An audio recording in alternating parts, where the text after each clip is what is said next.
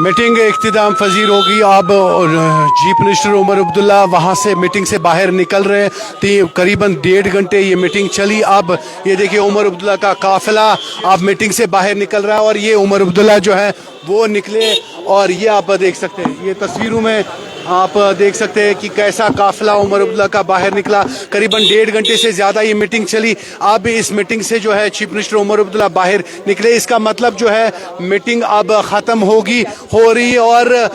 गई और इसके बाद अब MLA जो है वो भी बाहर आ रहे हैं। जी हाँ, और ये मीटिंग जो है अब इख्तिताम लग रहा है, इख्तिताम हो गई और तमाम MLAs अंदर इस मीटिंग में क्या कुछ हुआ वो भी कोशिश करेंगे हम बात करने की। फिलहाल ये आप देखिए और ये तस्वीरें अंदर से कोशिश करेंगे बात करने की। सिक्योरिटी का पहरा, इस पहरे के बीच में निकलते हुए अंदर यहाँ पे भीड़ काफी ज्यादा है और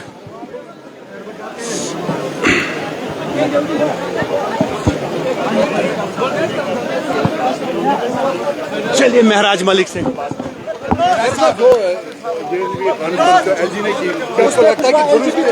देखिए, ये लोगों के मैंडेट पे अगर डाका डालेंगे तो पूरी ताकत से जवाब देंगे। बिहार का, यूपी का मामला इधर नहीं है, ये जम्मू कश्मीर के लोगों का हक का मामला है। उन्होंने मैंडेट दिया है, सरकार बनाई है, इस पे किसी को इजाजत नहीं है। फिलहाल जो देश के अंदर धांधलियां भाजपा जो लूटना चाहती है, पहले लोगों के हकूक छीनेंगे, अब जो है मंदिरों को, मस्जिदों को, जहां जो वो पैसा चढ़ा हुआ है उसे लौटने की कोशिश की जा रही है। मोदी को मैं साफ मैसेज देना चाहूंगा कि जिस तर्ज पे आप देश को लूटना चाहते हैं, धर्मों को जो इकट्ठा कर रहे हैं, जहां इन्होंने गवर्नमेंट स्कूल बेहतर बनाने थे, इन्होंने बिजली को प्राइवेट किया और ये धर्मों को उठाकर, मंदिरों और मस्जिदों को उठाकर गवर्नमेंट के इहाते में ले रहे हैं। इससे साफ जाहिर है कि देश के अंदर हो क्या रहा है। और ये जो वक्फ का बिल लाया, हम कड़े लफ्जों में मजम्मत करते हैं और पूरी ताकत के साथ इसका विरोध करते हैं।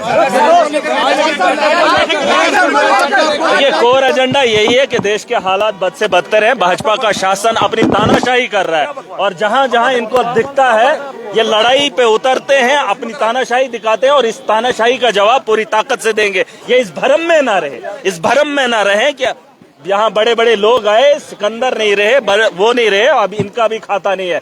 वक्त इनका भी आने वाला है, इनका काल इनके सर के ऊपर है। बता दो इनको कि लोगों के साथ छेड़खानी ना करो, जज्बात के साथ मत खेलो, धर्म के ठेकेदार मत बनो। इस देश को बढ़ाने के लिए स्कूलों को बेहतर बनाओ, हॉस्टल को बेहतर बनाओ, करप्शन पे रोक लगाओ। तुम माफिया देश के अंदर चला रहे हो और उसी तर्ज पे जम्मू कश्मीर के अंदर अगर काम करोगे तो पूरी ताकत से रोके जाओगे। यहाँ हम लुटने नहीं देंगे, न हमने पहले देश को लुटने दिया, न पहले हमने देश को बिकने दिया और आज तुम्हारा है। लेकिन ये अंग्रेजों के तब भी दलाल थे, ये वही लोग थे जिन्होंने अंग्रेजों के साथ मिलकर इस देश को गुलाम बनाया था।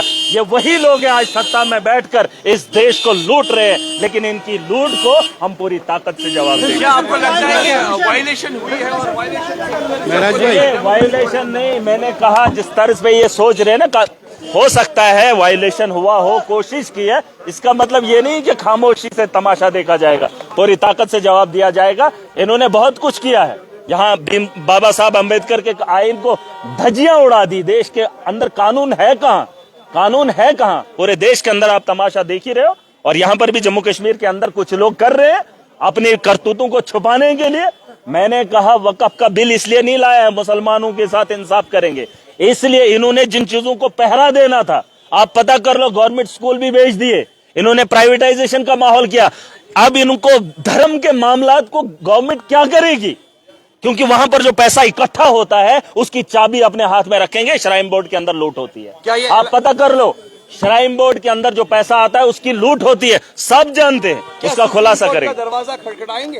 देखिए सुप्रीम, फिलहाल तो लोगों का मैंडेट है, इससे बढ़कर ताकत आपको क्या चाहिए? जम्मू कश्मीर के अंदर चुनाव हुए हैं, देश के अंदर चुनी हुई सरकार है, अगर वो इतनी ताकत रखते हैं तो हम भी चुने हुए उसी वोट से जिससे मोदी बना है, जिससे भाजपा बनी है, उसी वोट की ताकत से हम लोग भी चुनकर आए। और ये मत समझे ये कमजोर हैं, हम वो लोग नहीं हैं जो डर के पीछे हट जाएं, हम वो लोग हैं जो इन्हें रोकना जानते हैं। और पूरी ताकत से इसी मीटिंग में तो यही बात हुई है, वक्फ पे बात हुई है। वक्फ जिस तर्ज पे देश के अंदर हालात है, उन हालात का कहीं ना कहीं हमारी भी जिम्मेदारी बनती है। जम्मू कश्मीर में एक बहुत बड़ा बहुमत है, एक बहुत बड़ी सरकार है, मुस्लिम मेजॉरिटी है, वक़्फ़ तो यहाँ पर भी है और कहीं ना कहीं इस पर चर्चा करना बहुत जरूरी था। बिल असेंबली में देखिए ट्रांसफर्स की कुछ हैं, ये चीजें भी हैं, इस पे भी बात हुई है, लेकिन मैंने कहा उसका जवाब देंगे और पूरी ताकत से देंगे। मेहराज जी, जम्मू कश्मीर असेंबली में ये बात करें, वही तो हम कह रहे हैं, जब चुनी हुई सरकार है लोगों का, मैंने आप मुझे बताइए ट्रांसफर किसके लिए कर रहे हैं? लोगों के लिए कर रहे हैं? वक्फ अमेंडमेंट नहीं, ट्रांसफर किसके लिए कर रहे हैं?